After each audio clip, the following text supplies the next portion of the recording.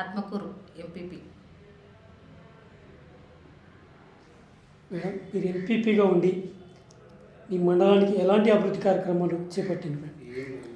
అప్పుడు మేము ఎంపీ అయినప్పుడు మా అధికారం మాదిగా లేక మేమేం నిధులు చేయలేకపోయినాం.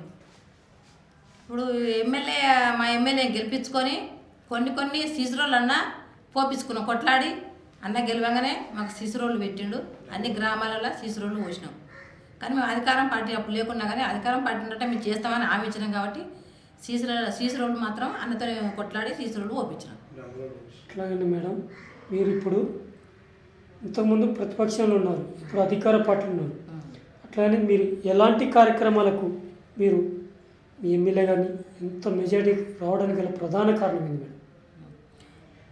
నేను ఒక డాంబర్ రోడ్ కూడా మా కోమరెడ్డి వెంకరెడ్డి సహకారం వల్ల నాకు డాంబర్ రోడ్ కావాలి. మా అధికారం లేకుండా మాకు డాంబర్ రోడ్ కావాలి సార్ అంటే అట్లాగా ఎంపీ గారని నాకు డాంబర్ రోడ్ పెట్టి 3 కోట్లు పెట్టి డాంబర్ రోడ్ పెట్టాడు. ఇప్పుడు అధికారం లేకుండా నేను డాంబర్ రోడ్ పోపించుకున్నా మా ఊరికి కొట్టడానికి. అంటే మేడం, మీరు అధికారం లేనప్పటికీ ఎంపీపీ ఉండి మీరు ఎలాంటి కృషి అంటే కొన్ని ఇబ్బందులు ఎదుర్కొన్నారు మేడం? ఒక లేడీగా మీరు ఉన్నారు. అధికారం లేకున్నా కానీ ప్రజలలో అధికారం ఉన్నట్టే మేము ప్రజలను సేవ చేసినాం. లేకున్నా ఉన్నట్టే చేసినాం మేము. కాబట్టి మమ్మల్ని అధికారం లేకున్నా అధికారం ఉన్నట్టే గెలిపిస్తారు. అధికారం లేకున్నా అధికారం ఉన్నట్టే ప్రజలలో నేను సేవ చేసిన. మాజీ ఎమ్మెల్యే ఓడిపోవడానికి ప్రధాన కారణం ఏంటి మేడం? మాజీ ఎమ్మెల్యే ఓడిపోవడానికి ప్రధాన కారణం మాజీ ఎమ్మెల్యే అది ప్రజలలో సార్. ప్రజలలోనే మళ్ళీ కాంగ్రెస్ పార్టీ రావాలా ప్రజలే కోరుకురు కదా. ప్రజలలో మార్పు వచ్చే పని చేస్తారు కాబట్టి ప్రజలు కోరుకొని ఎమ్మెల్యేని గెలిపించుకోరు. అట్లాగే మేడం, ప్రజాపాలన కాంగ్రెస్ పార్టీ అధికారం రాగానే ప్రవేశపెట్టింది. మీ మండలంలో ఎక్కువ దరఖాస్తులు దేని మీద వచ్చినాయి మేడం? ఎక్కువ దరఖాస్తులు అంటే ఇక అధికారం మాది లేక కాబట్టి ఎక్కువ దరఖాస్తులు రాలేదే ఉంటుంది కదా సార్. మాది ఉండదు కదా. ఇప్పుడు మాది అధికారం వచ్చింది కాబట్టి మా దరఖాస్తులు ఎక్కువ వస్తుంటాయి. కాబట్టి మాది కాదు కాబట్టి వాళ్ళు ఏ దరఖాస్తులు పెట్టినా మేము ప్రజలలో సేవ చేస్తున్నాం. ఇంకో సేవ చేస్తాం. రావే రోజులు కూడా మా కాంగ్రెస్ పార్టీ వస్తుంది. ప్రజలు ఎలాంటి ఆమెలు తీరుస్తాం. మేము ఇప్పుడున్న ఐలయ్య గారికి మంత్రి పదవి ఇస్తే ఏ విధంగా ఉంటుంది మేడం? మంత్రి పదవి ఇస్తే అన్ని గ్రామాలు ఇంకా అభివృద్ధి పడతారు. ప్రజలు కూడా మళ్ళీ కూడా మంత్రి పదవి వచ్చినా కూడా ఇంకా మళ్ళీ అన్న ఇంకా పైకి రావాలని కోరుకుంటారు. అట్లానే మేడం, ఇప్పుడు ఇంతకుముందుకు అధికారంలో ఉన్నటువంటి బీఆర్ఎస్ వాటర్ ఇవ్వలేదు, ఇప్పుడు వాటర్ ఇస్తుందని చెప్తున్నారు. దీనిపైన అంటే కాళేశ్వరం మేమే కట్టించి పంపిస్తుందని చెప్పేసి ప్రతిపక్షాలు అంటున్నాయి. మీరేమంటారు మేడం దీనిపైన? అట్లా ప్రతిపాదన అంటే ఉన్నప్పుడు వాళ్ళ అధికారం ఉన్నప్పుడు వాళ్ళు కూడా కొంచెం చేయొచ్చు. సరే అధికారం ఉన్నప్పుడు మేము కూడా నీళ్ళు ఇప్పుడు ప్రజలకు మేము అందించినాం. నీళ్ళు అప్పుడు అందించకపోయారు కాబట్టి మేము అందించినాం. అట్లానే మేడం, గత కాంగ్రెస్ పాలనలో బీఆర్ఎస్ పాలనలో కానీ ఇందిరమ్మ ఇల్లు ఎన్ని వచ్చినాయి? డబుల్ బెడ్రూమ్లు మీ మండలానికి ఎన్ని ఇచ్చారు మేడం? డబుల్ బెడ్రూమ్ ఏమి లేవు. ఉప్పలపాటలు వచ్చినాయి సార్. మా ఊరికి ఏది రాలేదు. మా మండలానికి ఒక ఉప్పలపాటే వచ్చింది. ఉప్పలపాటలు వచ్చినా కానీ కొట్టుకుంటే ప్రశ్న తీసుకొచ్చింది ఎమ్మెల్యే గారు ముంగడు. ఎమ్మెల్యే గారు కూడా ఉంది కాబట్టి ప్రజలలో ఊళ్ళల్లో ఒక్క ఇల్లు ఇందిరమ్మ ఇల్లే రాలే. అప్పుడు రాజశేఖర రెడ్డి వచ్చి కట్టినప్పుడు ఇండ్లు అంతవరకు ఇప్పుడు మన ఆత్మకూరు మండలంలో ఉప్పలపాటలు తప్పించి ఇక్కడ గ్రామాలలో ఇండ్లే లేవు. ఇందిరమ్మ ఇండ్లే లేవు. అట్లాగే మేడం, రానున్న స్థానిక ఎన్నికల పైన మీరు మీ మండల ప్రజలకు ఎలాంటి సూచనలు ఇస్తున్నారు? మా ప్రభుత్వం వచ్చినాక మీకు ఎలాంటి ఎవరికి కానీ ఇండ్లు కావాలంటే ఇండ్లు కట్టిస్తామని చెప్పినాం. పింఛన్ లేకుండా పింఛన్లు ఇప్పిస్తామని చెప్పినాం. రేషన్ కార్డు లేకుండా రేషన్ కార్డులు ఇస్తామని చెప్పినాం.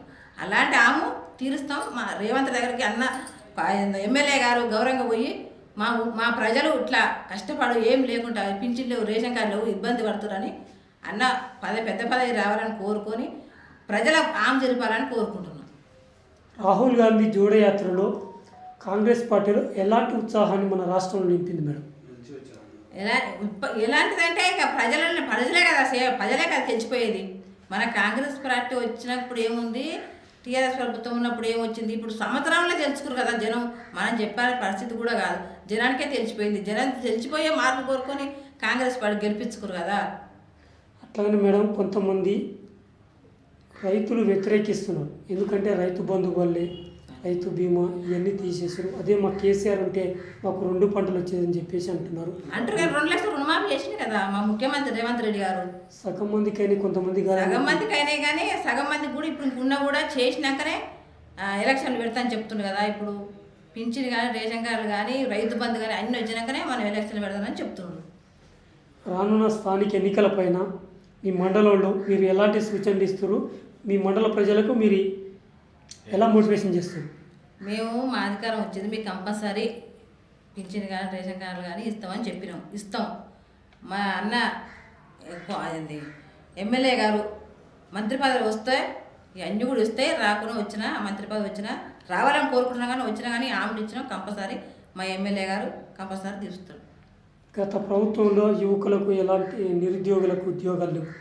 కాంగ్రెస్ పార్టీలోనైనా మరి ఉద్యోగ నియామకాలు ఇప్పుడు వేస్తారు. ఉద్యోగాలు ఇచ్చాడు కదా మా రేవంత్ రెడ్డి గారు, ఉద్యోగాలు ప్రజలకు ఆమె ఇచ్చి ఇప్పుడు ఇస్తుండు. డ్రగ్స్ విపరీతం అయిపోయింది మేడం, దానిపైన మీరు ఏమైనా చర్యలు తీసుకుంటారా? మీ మండలంలో తీసుకుంటాం, కంపల్సరీ తీసుకున్నాం. ప్రజల గురించే కదా, సేవ ఎందుకు తీసుకోం? అలాగే జాబు రాని మేము కూడా కొట్లాడతాం కదా.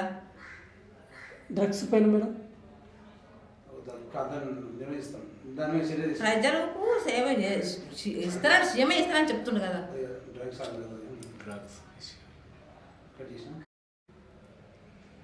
నా పేరు తండా మంగమ్మ, ఆత్మకూరు ఎంపీ.